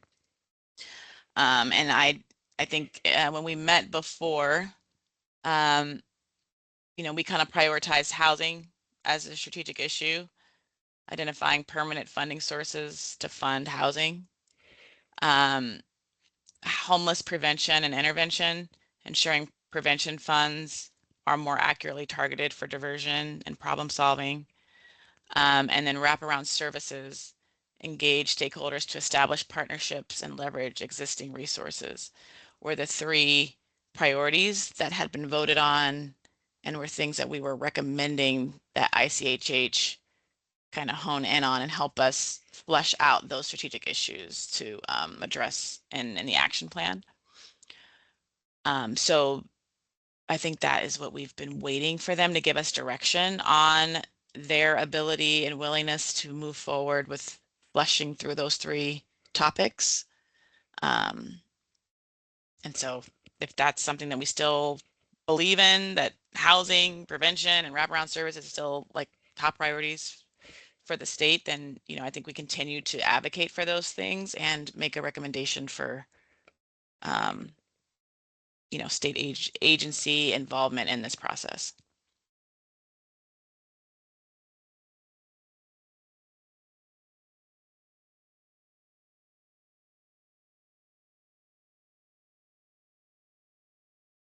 We also posed to them if they still want us to be, kind of in this role of advising their working, their council, helping to inform their agenda topics or things that we think making recommendations of important topics that they should be raising, to kind of address or issues or challenges, considering the makeup of that council is decision heads and folks, leaders within their respective departments. And so if there's things that, we're seeing with just the makeup of this group to help advise them on some key areas that they should be considering, that's something we've been also posed as a question back to them, is like, how do you all want to leverage the council, and what is the role that you want us to play? Do you want us to help support implementation of the action plan and actually monitor the actions being raised? Because we have this really robust workbook that has various different timelines and metrics that need to be tracked, but who's the responsibility of that work, right? And like, where does that live? And so getting feedback around our role related to the action plan, and just aligning with priorities. Like, how can we best be maximizing each other's time in this space? Am I allowed to talk now? In this Yes. meeting? Okay. I think it might be helpful too to show them. I like the idea of showing them the California example, and also to really demonstrate how this work moves forward, or how it can move forward.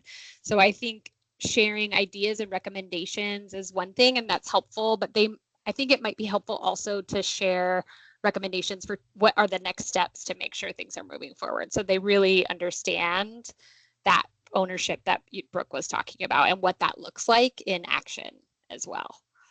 I think part of the stalling might be that they see all this is a lot of information and a lot of ideas, but it might be too many ideas to really break down the next steps into smaller steps. So maybe this committee could share and help with that, as Brooke was saying, be the accountable party, but also kind of the project manager around some of that stuff as well. Bringing in other agencies that are already doing the work might be helpful as well, because then there's more people to do the work, but also avoiding replicating work that's already being done other places.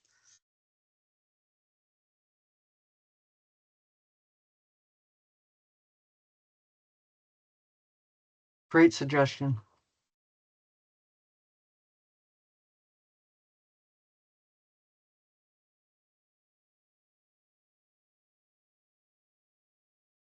Other thoughts or comments?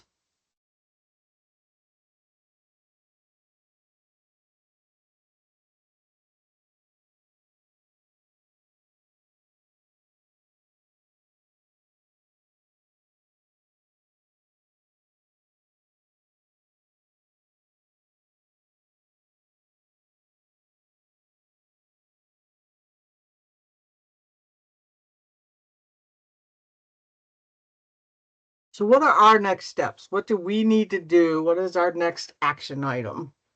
What do we need to do next?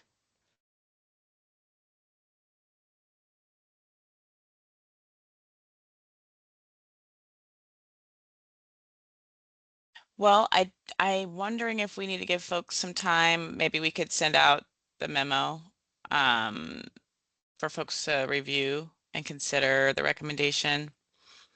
And because we meet again before ICSH meets in March, maybe we can send around the action plan and the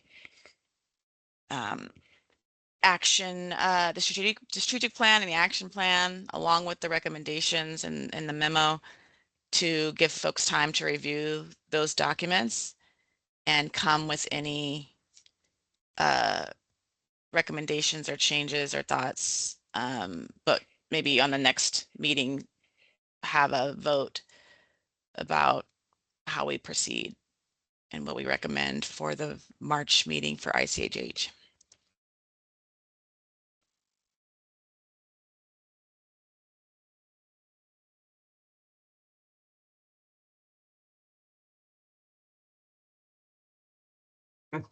So, Brooke, would you mind, or you and your subgroup mind putting together kind of a little call to action, or an action thing, like when we send out the review memo and the strategic plan and the action plan? This is your homework. This is what we need you to do. Be prepared to come back to our next meeting with, so that when Abigail or team sends this out, that folks know that they need to review these things, and these are the things that we need them to come back to the meeting prepared to discuss, and or bring back to the meeting, like their recommendations or their edits or any potential changes? Yes, happy to. And Abigail, could you just confirm the direction from ICHH was for this committee to review and provide finalized or kind of I think they wanted us to adopt the action plan. Is that what the recommendation was? I'm sorry. Yes, they wanted the TA committee to polish whatever you have and take a formal vote. And once we have that formally voted action plan to the strategic plan, then we will add it to their agenda so they can vote to adopt the plan. So then I think it would be important if we need to vote and adopt the action plan at the next meeting, then if there's any changes to the action plan or any recommended changes, that folks bring that to the meeting so we could make those changes before making a vote.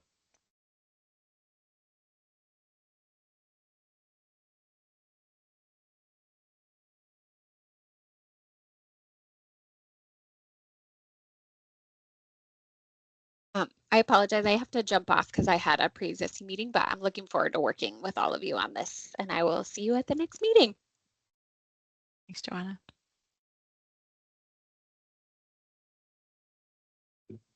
So if I'm understanding correctly, Brooke, what you're saying is, or I think what you're saying is that we would need to get any recommendations, changes, or edits back to Abigail and team in the next 2 weeks, 3 weeks, so that this group could actually review and vote on that at our next meeting. Yeah, or like if there's any changes, I mean, I think we're going to be bringing we're going to be bringing the action plan for a vote at the next meeting is what I'm saying.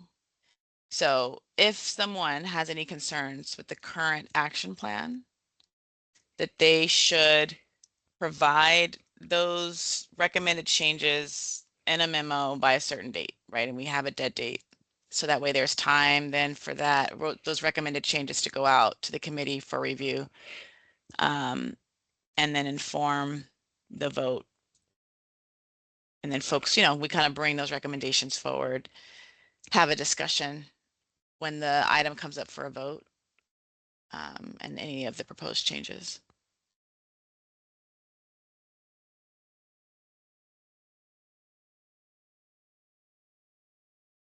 Does that not seem reasonable? I understand what you're saying, and I understand the importance of moving things forward expeditiously. We have a few things that we've already said need to be reviewed and brought to the next meeting. And I'm not going to speak for anybody but myself. I know that I will not be able to meet a deadline of reviewing the full strategic plan and action plan and come back with what I feel are doing my due diligence of a full comprehensive review with updated recommendations, edits, and potential changes be in the next 2 or 3 weeks. Because of other requirements and things that are on plate, especially on the homeless services side of things with contracts, with the point time count and with the COC notice of funding opportunity that's out and the lawsuits and all of that are currently on the, causing chaos. So I know that I personally would not be able to meet that criteria, but if you all can move forward without my review of that, I will support it.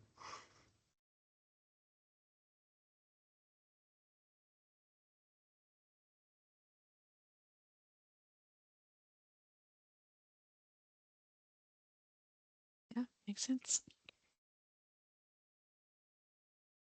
As a new kid on the block, I will try to do my best, but the reason I'm so quiet on this because I'm trying to piece together what's going on, what our purpose is, and what subcommittee was trying to do, and what we need to do by when, without some of the guidance that we need. So I'm still trying to piece this together, but send me whatever homework you need to do. I'll try to get it done. Thanks, Raj. And I think it is because we have now so many different new members that time is important. I think a lot of this has been developed by the committee over the last year and it's just been kind of sitting. So I think it was the recommendation of the ICHH to just double check that this is in fact what we want to move forward. So I don't necessarily see it as a complete overhaul, but you know, we do have new members, so maybe new members need to get out of the way so you all can make this decision faster. no, we just want to make sure everyone's on board with what is in the action plan. And Roger. that I can is definitely do that within a 2-3 week window, as long as it does involve dissecting the strategic plan 20 different ways. And maybe it's maybe it's more important that the newer members do more of a close review than those of us that have been, mired in the muck of it. Well, maybe we get the maybe or maybe not related grants on this committee. No, I'm kidding. I'm kidding. I'm kidding.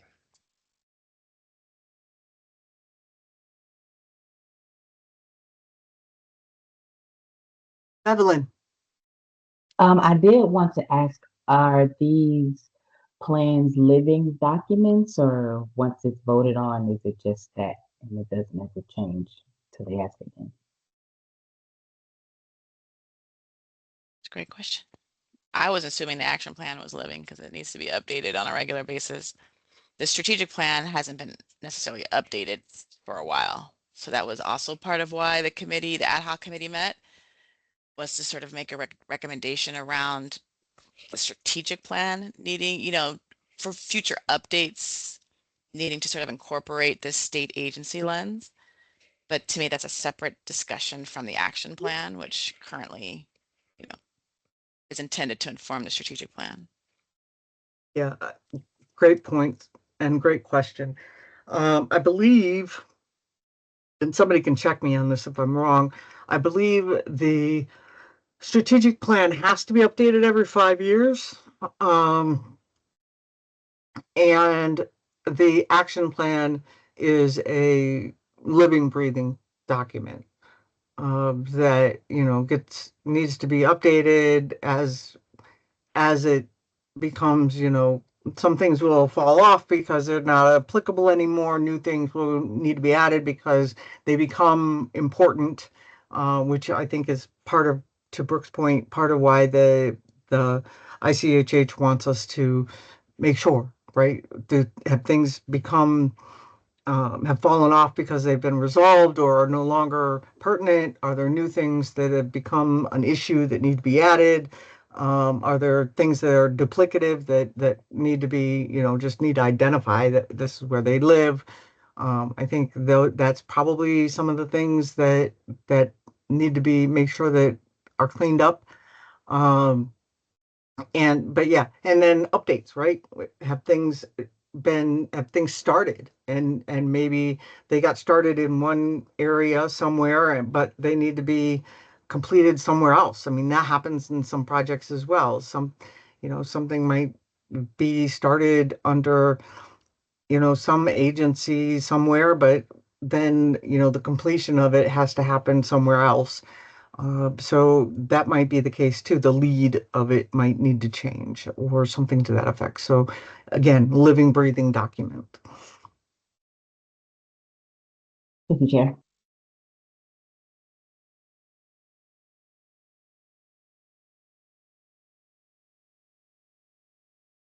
Well, I will add to that. Brooke's information was very comprehensive, well informed. I agree with everything so far that I saw on the document.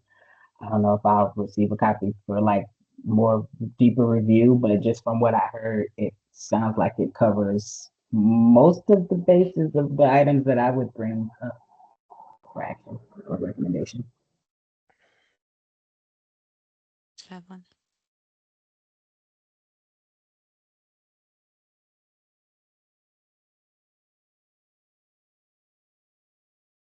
So do folks want to be able to give their feedback before the next meeting and be prepared to vote at the next meeting on any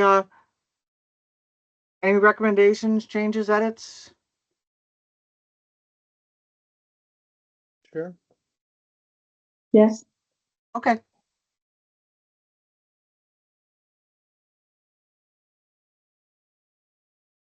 Okay, then we can move forward with that. So if we could just have a blurb, we need to identify when we need that information for the team, so that can be, those things will be able to be easily incorporated so we can vote on them. Abigail, when would you or your team need that, all the information back, so that you could compile everything from the group into one document?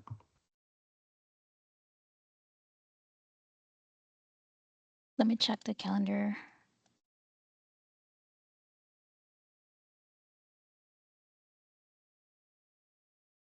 Okay, if the TA committee will have to vote or put it on your agenda on the 17th, we would need to have it at least by February 9th.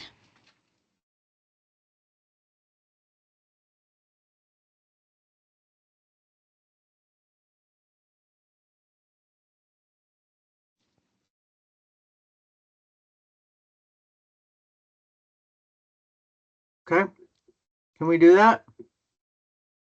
Recommended changes by February 9th. Right. Okay.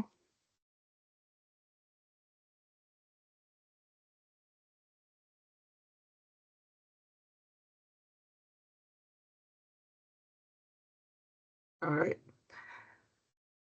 And then, so just for clarification, then is the thought, once we do that, we'll vote on those recommended changes, and that's for both the strategic plan and the action plan, is that correct, Brooke? And the memo, is that correct? I think the recommended changes is just for the action plan. For the action plan. Okay. But then, yeah, if there's any feedback on the memo as well, like, I think, because we want to be able to vote to make a recommendation regarding the memo, the ad hoc committee's language, we want to be able to vote for that as well. But the strategic plan, I don't think we should address that at this time. That's going to be that might open a big can of worms. Yeah. Right now. Okay, so I'm just thinking about how that will be put on the agenda.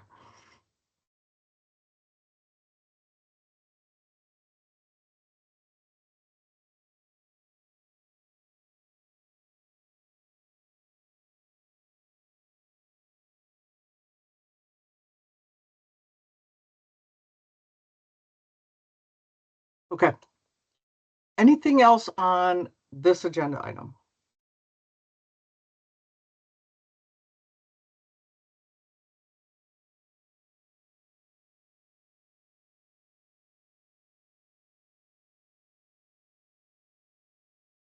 Okay, seeing nothing, we'll go ahead and close this agenda item, and we will move on to agenda item number 9, discussion of agenda items for the next meeting for February 17th, 2026. Well, we do know that we will have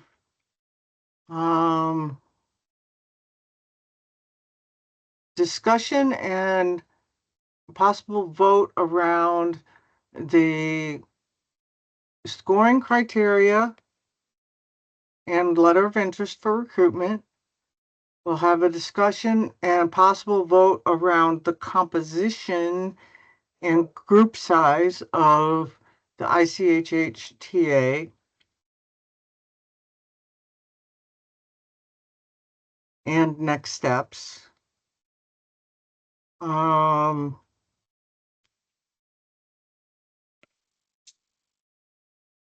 We will have the discussion and possible vote regarding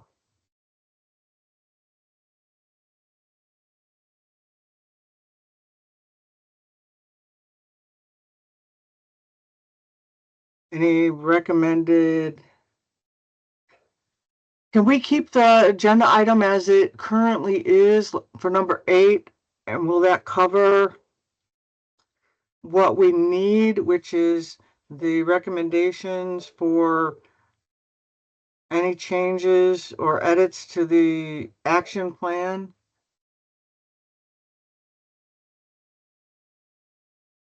And memo to the ICHH, or do we need to change that language? I think it probably needs to encompass action plan as well. But I don't know if that's all inclusive. Strategic plan and action plan are synonymous.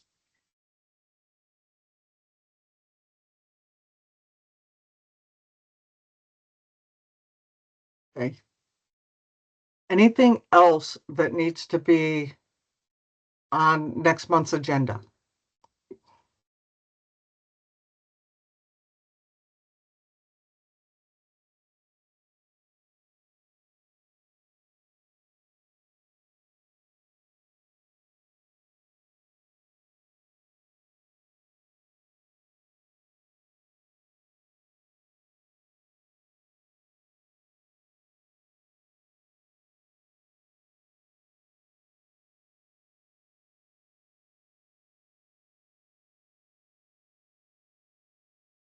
No?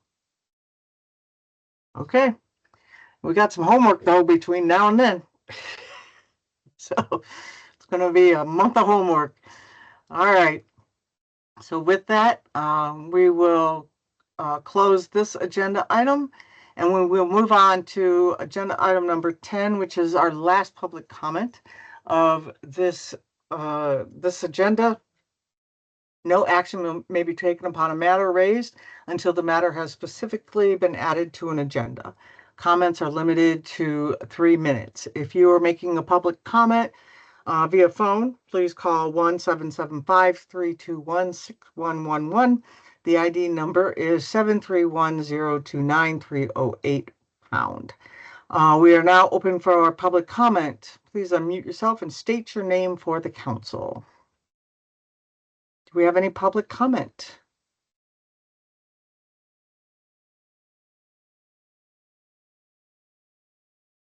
I have one quick public comment. I'm taking off my winged wolf hat, putting on my rural Nevada continuum of care hat. The homelessness continuum of care point in time count is coming up. The 3 continuums of care across the state have collaborated on when they are doing their point in time count again, as we do every year. So wherever you are in the state, connect with your local continuum of care for the morning of January 29th. That is when the point in time count will take place. So ensure that you get connected to do the point in time count. So get connected in Southern Nevada, Clark County, all jurisdictions therein. Connect with Help Home. For Northern Nevada, Reno, Sparks, and all jurisdictions within Washoe County. You can connect with the Housing and Homeless Services agency up there. And for the rest of the state, rural Nevada Continuum of Care, you can connect with the Rural Nevada COC through the Rural Nevada COC website. and get connected to the appropriate county in the rest of the state. So get connected for the point in time count. Thank you.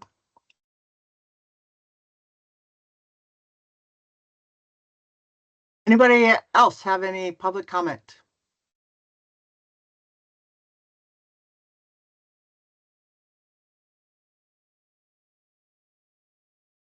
No?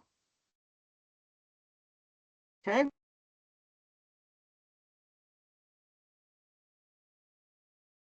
Abigail, has anything come in via